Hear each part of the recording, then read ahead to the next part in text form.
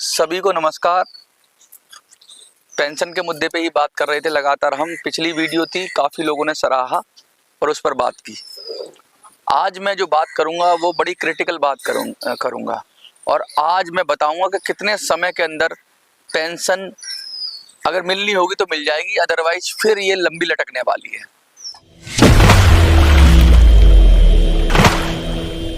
तो इसी विषय पे बात करेंगे। देखिए, हरियाणा चुनाव के बाद हमने कहा था कि हरियाणा में नोटा को दबाइए, तो आप लोगों ने नोटा दबाया। नोटा दबा के उसके परिणाम सबको समझ में आ गए। हमने बहुत बड़ा वीडियो बनाया उस पर और आप उसमें पूरी एनालिसिस भी थी। फिर भी कुछ लोगों के मन की बात कुछ ना कुछ रह ही जाती है कि भाई ये नहीं ये दिखाओ, ये नहीं वो दिखाओ। कहते ना गिलहरी प्रयास। जब रामचंद्र जी लंका के लिए पुल बना रहे थे, कल विजयदशमी थी, आज मैं वीडियो शूट कर रहा हूँ, तो जब रामचंद्र जी लंका के लिए पुल बना रहे थे तो एक गिलहरी थी। उस गिलहरी ने अब वो मिट्टी में लोट के, बालू में लोट के और जाके समंदर में कूद जाती थी और फिर अपने शरीर पर जो बालू लिपट जाती थी वो उस पुल पे या उस ब्रिज पे डाल देती थी। तो उन्होंने पूछा, तू इतनी छोटा जीव है, तेरे से क्या होगा? तो गिलहरी ने कहा कि मैं भी अपना इसमें दर्ज करना चाहती हूँ, मैं भी अपना योगदान देना चाहती हूँ इस जो पुल निर्माण के काम में है। तो इसी तरह जो नोटा को जिन्होंने बटन दबाया, वो जो पेंशन पाने में मील का पत्थर था, वो गिलहरी प्रयास था। बेशक छोटा प्रयास था, माना उतना वोट नहीं पड़ा होगा नोटा को। लोग कहते हैं कि भाई क्या नोटा डिसिसिव हो गया, लेकिन हाँ, हमने पहली बार अपना मत दर्ज किया।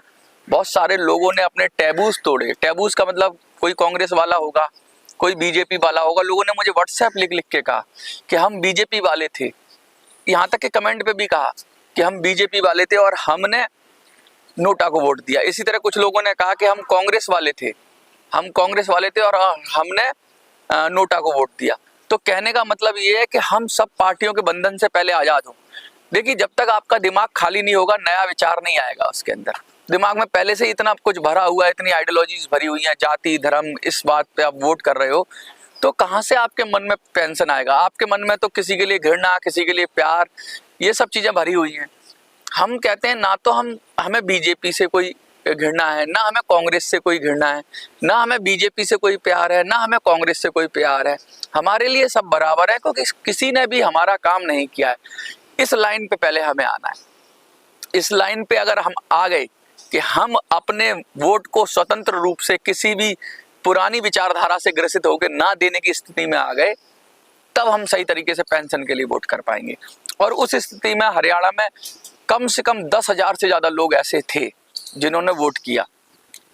हर जगह 1000, 1500, 1000 के आसपास नोटा को वोट मिले ही हैं। कहीं कहीं 1500 भी निकल गए, तो 8000 ऐसे करीब वोट मिले हैं और हार जीत भी इतने ही वोटों से लगभग हुई है। तो और पिछली बार से कहते हैं कि बहुत ज्यादा नोटा के वोट में बढ़ोतरी हुई है। पिछली बार जितने मिले थे उससे भी 10-15 हजार 20,000 वोट करीब लगभग ज्यादा मिले हैं। तो कहने का मतलब वो ज्यादा वोट कहाँ से आए? और ऐसे टाइम में मिले जब सारी पार्टियां जोर लगा रही थी, एक एक वोट को कंसोलिडेट कर रही थी। उस समय नोटा प्लस कर गया, या उस समय नोटा को श्रिंक होना चाहिए था, लेकिन नोटा अपने आप को बचा गया। तो ये बहुत बड़ी बात है। बहुत सारे लोग ये भी कह रहे हैं कि भाई तुम्हारी वजह से कांग्रेस आ रही, या तुम्हारी वजह से बीजेपी जीत गई, या बहुत सारे लोग ये कह रहे हैं कि तुमने बीजेपी को हराने की कोशिश की लेकिन हरा नहीं पाए। भाई मैं फिर बता दूं, ये सब हमारा गोल नहीं था। ना तो हमें कांग्रेस को हराने का गोल था, ना बीजेपी को जिताने का। ना बीजेपी को हराने का हमारा गोल था, ना कांग्रेस को जिताने का। ये हमारे गोल ही नहीं थे, तो हमें क्यों कह रहे हो? हमें किसी से मतलब ही नहीं है। हमारा गोल सिर्फ इतना है कि हमारी पेंशन हमारी बढ़ के आनी चाहिए। अब वो लोग आ जाते हैं मेरे वीडियो में, वो कहते हैं यार तुम्हारी वजह से कांग्रेस हार गई। भाई हमारा गोल ही नहीं है कांग्रेस को हराने का। उसका आउटफल क्या हुआ, उसकी प्रतिक्रिया क्या हुई हमारे वोट से, उससे हमें मतलब नहीं है। हमारा वोट हमारे पास पड़ गया। और ये वोट कटवा इस तरह की बातें कहते हैं ये। फिर मल्टी पार्टी डेमोक्रेसी क्यों बनाई? ज्यादा वोट कटवाया तो एक ही दो ही आदमी रख देते, उन्हीं को वोट कर लेते सब लोग। भाई मल्टी पार्टी डेमोक्रेसी इसलिए बनाई कि अलग अलग तरह के लोग हैं, अलग अलग पसंद होती है। मतलब आप हर किसी को अपनी तरह से ढेलना चाहते हो कि हर कोई या तो हमें वोट दे दे या उसे वोट दे दे, मतलब उसको कोई ऑप्शन ही नहीं देना चाहते। ये बहुत गलत बात है। जो लोग कहते हैं कि दो ही तरह की पार्टी सिस्टम होना चाहिए, वो भी बहुत गलत है। भाई ये देश अमेरिका नहीं है कि भाई दो तरह का, या तो डेमोक्रेटिक ले लो या फिर रिपब्लिकन ले लो, ऐसे नहीं चलता है।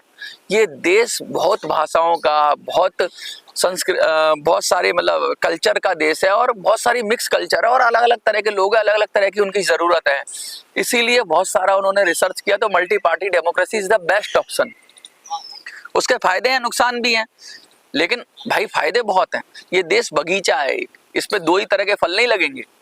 यहाँ हर विचार को वैल्यू दी है। यहाँ चारवाक भी हैं, यहाँ सनातन भी है, यहाँ सिखिज्म भी है, यहाँ पर आप कहेंगे तो आप तिरुकुरल भी है। तिरुकुरल इतने बड़े फिलोसफर थे तमिलनाडु के, उन्होंने इतनी शानदार किताब लिखी तिरुकुरल, जो जानते हैं वो जानते होंगे। तो कहने का मतलब ये देश अलग अलग विचारों का देश है। ये टू पार्टी डेमोक्रेसी में नहीं चल सकता, यहाँ मल्टी पार्टी डेमोक्रेसी ही चाहिए। अब उस मल्टी पार्टी डेमोक्रेसी की जो कमियां थी वो मैंने बता दी कि किस तरीके से 26 जनवरी बिल से उस कमियों को दूर किया जा सकता है, और मल्टी पार्टी डेमोक्रेसी एकदम खिल के आ सकती है। क्योंकि मल्टी पार्टी डेमोक्रेसी का मतलब ये नहीं कि जबरदस्ती हम एक ही नेता निकालें, हम अलग अलग स्तरों पे नेता निकाल सकते हैं, वो मैंने बता दिया। तो मोटी बात ये है कि हम वोट कटवा नहीं है, हमने अपना मत व्यक्त किया और संविधान हमें वो पावर देता है। हम किसी की जागीर नहीं है, ये पेंशनर किसी के बाप की जागीर नहीं है, ना बीजेपी की, ना कांग्रेस की, ना सपा की, ना बसपा की, ना आम की, ना खाप की। कहने का मतलब ये है कि भाई साहब हम हैं, हमारा भी स्वतंत्र विचार है, हमारी भी अपनी आइडेंटिटी है, और संविधान हमें वो राइट देता है अपना मत व्यक्त करने का। तो किसी को भी अगर वोट कटवा कहते हैं, मुझे तो लगता है ये असंसदीय शब्द है, और सरकार को इसके बैन करना चाहिए। कोई पार्टी किसी दूसरे को वोट कटवा ना कहे, क्योंकि सब उसकी पसंद है, उसने वोट दिया, उसकी पसंद है। वो किसी को आम पसंद है, किसी को अनार पसंद है, किसी को अंगूर पसंद है, और उसकी पसंद का सम्मान होना चाहिए। चाहे वो एक व्यक्ति भी है, अगर वो कुछ पसंद करता है, किसी व्यक्ति को पसंद करता है, तो उसकी पसंद का सम्मान होना चाहिए। यही सच्चा लोकतंत्र है। तो रही बात हमारी पेंशन के मुद्दे पर, जितने लोगों ने वोट किया उनको कोटि कोटि प्रणाम। आप बने रहिए वीडियो के अंदर। मैं ये भी बताऊंगा कि भाई अब क्या खबर है। खबर की बात बहुत होती है, बड़े बड़े चैनल खबर देते हैं। मैं बताऊंगा अंत में कि पेंशन कितने टाइम में मिल जाएगी, कितने समय में पेंशन अगर मिलनी होगी तो मिल जाएगी, और नहीं मिलेगी इसका मतलब ये सारी जो खबरें चल रही थी ये सारी फेक थी। बहुत सारी बातें हो रही हैं कि भाई अब महाराष्ट्र का चुनाव आ गया है, अब तो बीजेपी जीत ही जाएगी, अब तुमने ऐसा ट्रेंड कर दिया और लोग नोटा को वोट कर देंगे तो बीजेपी जीत जाएगी। तो भाई ना तो हमने बीजेपी को जिताने के लिए बैठे हैं, ना हम किसी और को जिताने के लिए बैठे हैं। ये अपने जो गोल हैं, ये अपनी जो सोच है, इसको ले जाओ अपने पास। हम पेंशनर को जिताने के लिए बैठे हैं, और मैंने ये सिद्ध कर दिया कि पेंशनर जीता है। दोनों पार्टियां हारी, बीजेपी भी हारी, कांग्रेस भी हारी, पेंशनर जीता है। क्योंकि पेंशनर ने का जो वोट था, हमें वही वोट कैप्चर करना है जो वोट बदल देता है। क्या बोलते हैं, मार्जिन, जो मार्जिन, विनिंग मार्जिन वाला वोट हमें कैप्चर करना है।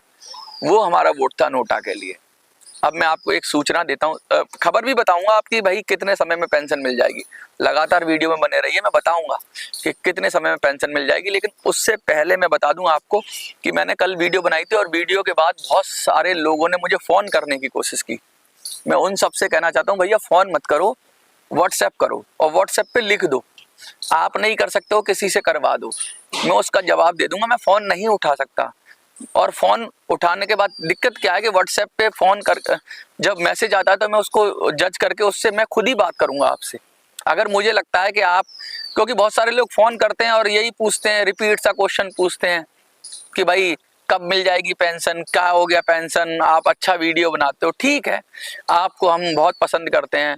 कुछ लोग वैसे कोई गलत तो नहीं बोलता अब मेरे को फ़ोन करके, लेकिन ज़्यादातर लोगों के मतलब वो बात के मेरा ये पत्र है, इसे किसी नेता तक पहुंचा दो, वहाँ पहुंचा दो, इस तरह की आते हैं। तो मैं उसको फिर मैं क्या ही जवाब दूँ, क्योंकि मतलब की बात फ़ोन में आप टाइम ले लेते हो, लेकिन मतलब की बात नहीं हो पाती, और लेकिन आपकी भावनाओं की भी कदर है।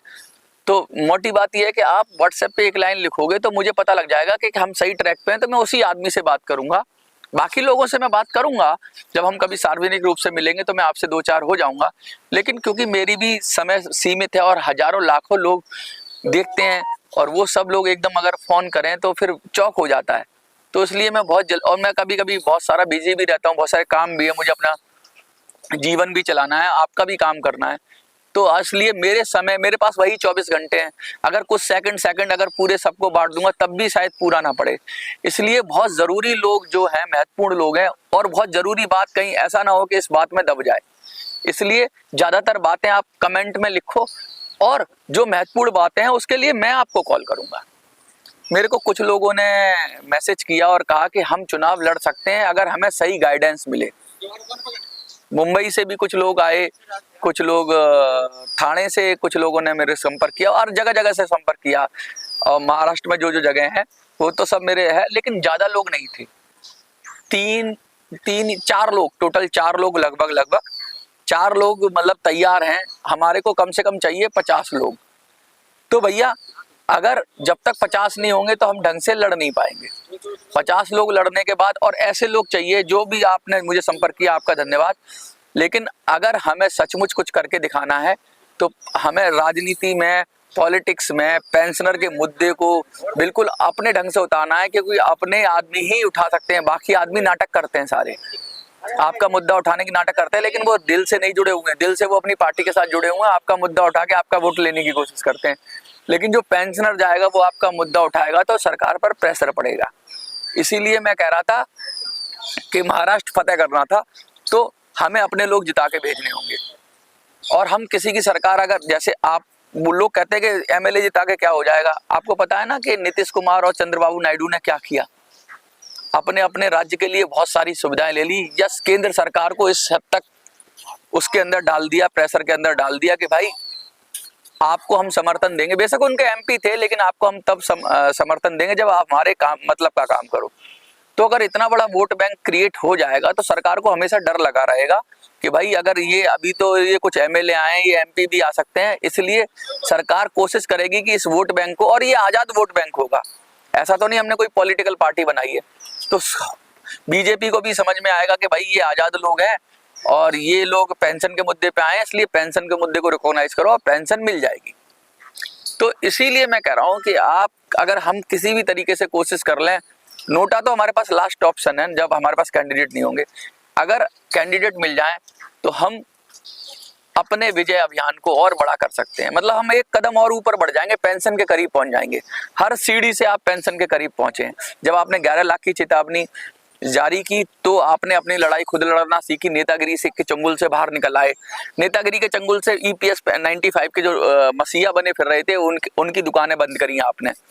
फिर आपने कांग्रेस बीजेपी की दुकानें बंद की कि भाई तुम ठेकेदार नहीं हो वोट के, हमारे के दो ठेकेदार थे। पहले तो तुम्हारे ईपीएस के नेता थे, वो ठेकेदारी कर रहे थे कि हम तुम्हारी बात उठाएंगे, हम पत्र लिखेंगे, हम ये प्रयास कर रहे हैं, भाई तुम क्या कर रहे हो, हम खुद लड़ लेंगे अपना। दूसरी बार जो ठेकेदार थी कांग्रेस बीजेपी, उनकी ठेकेदारी बंद की। अब आपको अपनी ठेकेदारी खुद उठानी है। मैं वो खबर भी बताऊंगा कि कितने टाइम में पेंशन मिलने वाली है, आप बने रहो वीडियो के लास्ट तक, मैं बताऊंगा अभी थोड़ी देर में आपको। क्योंकि अगर मिलनी होगी तो इतने टाइम में मिल जाएगी, अगर नहीं मिलनी होगी तो नहीं मिलेगी, फिर हमारी लड़ाई जारी रहेगी। मैं वो टाइम पीरियड बना दूंगा सटीक, और बिल्कुल, और क्यों नहीं मिलेगी ये भी बता दूंगा। तो बने रहिए वीडियो में। अब मोटी बात ये है कि अब पेंशनर को अपने वोट की ठेकेदारी खुद लेनी होगी, अब अपना संघर्ष खुद लड़ना होगा, और सही जा रहे हैं हम। देखो 10 सालों से लड़ाई तो हो ही रही थी पेंशन की, क्या इतना हाइप हुआ कभी भी? हमने सिर्फ अप्रैल से शुरू किया होगा ये सारा सिस्टम, मुझे लगता है मार्च या अप्रैल से मैंने ये शुरू किया, और अप्रैल के बाद अपने चुनाव के लिए तैयारी की। जून में उसके भी रिजल्ट आ गए, मई जून जुलाई के अंदर फिर से हमने यहाँ प्रोटेस्ट किया। 30 जून को शायद धरना दिया था, यहीं बैठा हूँ मैं, यहीं धरना दिया था 30 जून को। और उसके बाद फिर 11 लाख की चेतावनी की। चेतावनी करने के बाद फिर हमने हरियाणा चुनाव की कॉल दी। हरियाणा चुनाव में नोटा के परिणाम आए, और अब महाराष्ट्र, यानी हमने 6 महीने के अंदर सरकार की नाक में दम कर दिया है। आपको क्या लगता है, हम लोगों ने अगर नाक में दम कर दिया है तो लिख देना यस, हमारा आंदोलन सही दिशा में है तो लिख देना यस। देखो बहुत सारे लोगों को ये भी तकलीफ होती है कि तुम क्यों लिखवाते हो पेंशनर से। मैं जानना चाहता हूँ कि कितने कितने सारे लोग मेरी बात से सहमत होते हैं, क्योंकि सुन के चले गए कुछ लोग। अच्छा, कुछ लोग और पिछली वीडियो बहुत अच्छी थी, अलग अलग तरह के विचार आ रहे थे मेरे पास, इससे मेरा भी दिमाग खुलता है। आप लोग जब अपनी बात बताते हो तो खुलता है। देखो पीड़ा तो सब बताते हैं, लेकिन उपाय बताने वाले बहुत कम होते हैं। कुछ लोग ऐसी बातें कहते हैं जो फीजेबल नहीं होती, जैसे कि ट्रेन रोक देंगे, तो बुजुर्गों के पास वो उतनी शक्ति नहीं है उम्र के हिसाब से, तो वो काम नहीं कर सकते। ट्रेन रोक देंगे, हंगामा कर देंगे, इस तरह के भी आइडिया आते हैं। लेकिन आइडिया उनका सम्मान है, लेकिन उसके लिए हमारी कैपेबिलिटीज नहीं है। हमारी कैपेबिलिटीज वोट ही है। ये बात सब गांठ बांध लो कि वोट की ही शक्ति से हम लोगों को परास्त कर सकते हैं। इनको वोट की शक्ति सबसे बड़ी है। कोई प्रोटेस्ट, कोई तोड़फोड़, कोई आगजनी हम नहीं जीत सकते सरकार से। हम सिर्फ वोट की पावर से, अगर हम सारे लोग मिलके वोट करना सीख गए, एक जगह वोट करना सीख गए, हम संगठित होकर वोट करना सीख गए, मुद्दे पर वोट करना सीख गए, और बिगर पार्टी के, बिगर धर्म के, बिगर जाति की पॉलिटिक्स में फंसे बगैर निष्पक्ष होकर पेंशन के समर्थन में वोट करना सीख गए, उसी पल हमारी विजय हो जाएगी। वही मैं कोशिश कर रहा हूँ। हरियाणा चुनाव में भी मैंने कोशिश की। आपने बहुत दिल पे पत्थर रखा होगा, बीजेपी वाले होगे तो नोटा को वोट दबाने से पहले आपके दिल से पूछना जरा। अगर आप कांग्रेस वाले होगे और आपने भी बड़ा पत्थर रखा होगा, यार मेरी पार्टी जीतने वाली थी फिर भी मैंने नोटा को वोट दे दिया, क्यों? क्योंकि आपके ऊपर एक अपने प्यार का, उस पार्टी के प्रति लगाव का प्रेशर रहता है कि भाई यही पार्टी हमारी देशभक्त है, बाकी पार्टियां तो खराब हैं। ऐसा रहता है। किसी पार्टी से नफरत होती है तब भी आपके मन में ये लगाव रहता है। जब तक उससे डिटैच नहीं होगे आप, जब तक उससे अलग नहीं होगे आप, तब तक नहीं हो सकते। मैं बताऊंगा क्या खबर है, कितनी दिन में पेंशन मिलेगी। आप वीडियो में लगातार देखते रहिए। वीडियो देखिए। मैं अच्छा, आ ही जाते हैं पेंशन के मुद्दे पे, फिर आप कहते हो कि यार बात नहीं। देखिए, महाराष्ट्र चुनाव का ऐलान होने वाला है अगले हफ्ते। आज मुझे लगता है आज शायद रविवार है, तो एक हफ्ते के अंदर या 10 दिन के अंदर महाराष्ट्र चुनाव का ऐलान हो जाएगा। जितने खबर दिखा रहे हैं टाइम्स इंडिया वाले, टाइम्स ऑफ इंडिया वाले, ललन टॉप वाले, और भी छुटमैया यूट्यूबर है, नेता हैं कि पेंशन का ग्रीन सिग्नल मिल गया, इन सब को मैं और आपको भी मैं कहना चाहता हूं, इन 10 दिनों में ही पेंशन का जो भी होना है होगा, वरना समझ लो कि आपको बेवकूफ बनाया जा रहा है। यही खबर है कि 10 दिन के अंदर, अगर जब तक चुनाव की तारीख ऐलान नहीं होती, प्रेस कॉन्फ्रेंस से पहले पेंशन मिली तो मिली, वरना समझ लेना ये लटक गई। क्योंकि महाराष्ट्र का चुनाव के समय चुनाव आचार संहिता लागू हो जाएगी, तो शायद सरकार घोषणा ना कर पाए, तो और सरकार करेगी तो इसी हफ्ते करेगी, इस अगले हफ्ते में करेगी या 10 दिन के अंदर घोषणा करेगी। तो खुशखबरी आएगी, पेंशन से जुड़ी हुई खुशखबरी आएगी तो 10 दिन में आएगी, और नहीं आई तो समझ लेना ये सब झूठ था, फिर से एक नया नाटक था, फिर से नई बेईमानी थी। क्योंकि बीच में नहीं आने वाली। फिर चुनाव हो जाएंगे, फिर शांत बैठ जाइए। दिल्ली के चुनाव का ज्यादा फर्क नहीं पड़ेगा। अगर महाराष्ट्र के चुनाव में इन्होंने पेंशन नहीं दी तो समझ लो इनकी देने की मंशा ही नहीं है। ये बात गांठ बांध लेना आप, क्योंकि महाराष्ट्र का चुनाव ही सबसे बड़ा चुनाव है। महाराष्ट्र का चुनाव ही सबसे डराने वाला चुनाव है इनको, क्योंकि महाराष्ट्र में ही सबसे ज्यादा आंदोलन हुआ है पेंशन के लिए। तो महाराष्ट्र पर ये जिम्मेवारी है कि महाराष्ट्र, अगर हमें 10 दिन में पेंशन ना मिले तो हम इस चुनाव के अंदर इतना जबरदस्त शक्ति से अपने कैंडिडेट जिताएं कि सरकार की कहते ना हवा गुल हो जाए। किसी की सरकार ही ना बने, ना बीजेपी की बने, ना सपोज करो हमारे 50 आदमी जीत गए तो महाविकास अघाड़ी भी आएगा भाई बात करो हमसे, और बीजेपी भी आएगी कि मिलके हमारे तरफ आ जाओ। हमारे इंडिपेंडेंट होंगे, लेकिन इंडिपेंडेंट भी लोग कहते हैं कि चले जाते हैं, लेकिन मुझे नहीं लगता पेंशनर जाएगा। जो पेंशनर होगा वो नहीं बिकेगा। तो वो पेंशनर हमारे जो होंगे ना, वो पेंशनर फिर तय करेंगे कि भैया हम आपको जब समर्थन देंगे, हम आपके साथ सरकार में तब शामिल होंगे, वरना मिल के बना लो, कांग्रेस बीजेपी मिल के बना लो, भाड़ में जाओ तुम। कांग्रेस बीजेपी महाराष्ट्र में मिल के बना लो, हम नहीं जाते किसी के साथ। हम तभी जाएंगे जब हमारी पेंशन का काम होगा। आप इसे ब्लैकमेलिंग कहो, आप इसे सत्ता की दलाली कहो, आप इसे क्या बोलते हैं स्वार्थ कहो, पेंशनरों का कुछ भी कह लो। हमें कुछ बहुत सारे लोग गाली भी देंगे कि तुम क्यों नहीं मिल रहे हो बीजेपी के साथ। तो अगर हम 50 लोग जिता पाए अपने, अगर 100 लोग खड़े कर लिए, 50 लोग जिता पाए, तो हम सीधा सीधा महाराष्ट्र में सरकार बनाने के लिए सौदा भी कर सकते हैं। और सौदा क्या, अपना हक मांग सकते हैं, फिर देगी केंद्र सरकार, उसका बाप भी देगा। ये है योजना। समझ रहे हो मेरी बात को? अगर हमने अपने 50 से 60 लाख लोग बना लिए तो हम किंग मेकर हो जाएंगे, हमारे बगैर किसी की सरकार बनेगी नहीं, और जो हमारी पेंशन देगा उसी की हम बात करेंगे। और सबसे ज्यादा तो मुझे लगता है बीजेपी दे पाएगी। तो बीजेपी की अगर नहीं बनेगी तो एक राज्य की सरकार जाएगी। महाराष्ट्र बहुत बड़ा राज्य है, बीजेपी को फर्क नहीं पड़ेगा कि वो पेंशन दे दे, तो मुझे लगता है पेंशन तब उस वजह से पेंशन देगी। तो यही खबर है कि जो पेंशन मिलनी है वो 8 से 10 दिन के अंदर, या जब तक चुनाव आयोग की प्रेस कॉन्फ्रेंस है उससे पहले मिलनी है तो मिल जाएगी, वरना समझ लेना कि ये सब फेक न्यूज थी। सरकार ने जानबूझ के डलवाई थी उसके अंदर, मीडिया के अंदर, जिससे आप लोगों को भ्रमित हो जाए। फिर आपको हफ्ते 10 दिन के बाद फिर आपका 1 महीना 1.5 महीना निकल जाएगा, ये नेतागिरी करेंगे। और ये जो पेंशनर के नेता है ना, ये भाग जाएंगे, गायब हो जाएंगे, देख लेना चुनाव में। अभी ये महाराष्ट्र में आंदोलन करके अब गायब हो जाएंगे, गायब होने वाले हैं। ये गधे के सिर से सींग की तरह, देखो गधे के सिर से सींग की तरह गायब हो जाएंगे। तो मैं आपको बार बार यही कह रहा हूँ, आपको रिक्वेस्ट कर रहा हूँ कि आप तैयार रहें। सूचना आएगी तो 10 दिन में आएगी या 1 हफ्ते में आएगी, और नहीं आएगी तो हम किसी की सरकार महाराष्ट्र में बनने नहीं देंगे, क्योंकि हम इतने जिता लाएंगे अपने कि हमारे बगैर किसी की सरकार ना बने। नंबर आप नोट कर लो, और आपसे उम्मीद है कि आप जरूर चुनाव लड़ोगे या आप चुनाव के लिए बंदा ढूंढोगे। अगर ये नहीं कर पाए तो हम ये नहीं कर पाएंगे काम, फिर हम नोटा पे ही जाएंगे, मजबूरी है। हमें अगली सीढ़ी चढ़नी है, और उस सीढ़ी चढ़ने के लिए हमें सेनापति चाहिए ही चाहिए। तो प्लीज चुनाव लड़ने लायक आपके पास हो, आप ना हो तो 20-25 का ग्रुप बना लो, और 20-25 के ग्रुप से थोड़ा सा फंड इकट्ठा करो आपस में, और एक व्यक्ति को आगे लगा दो, खड़ा कर दो।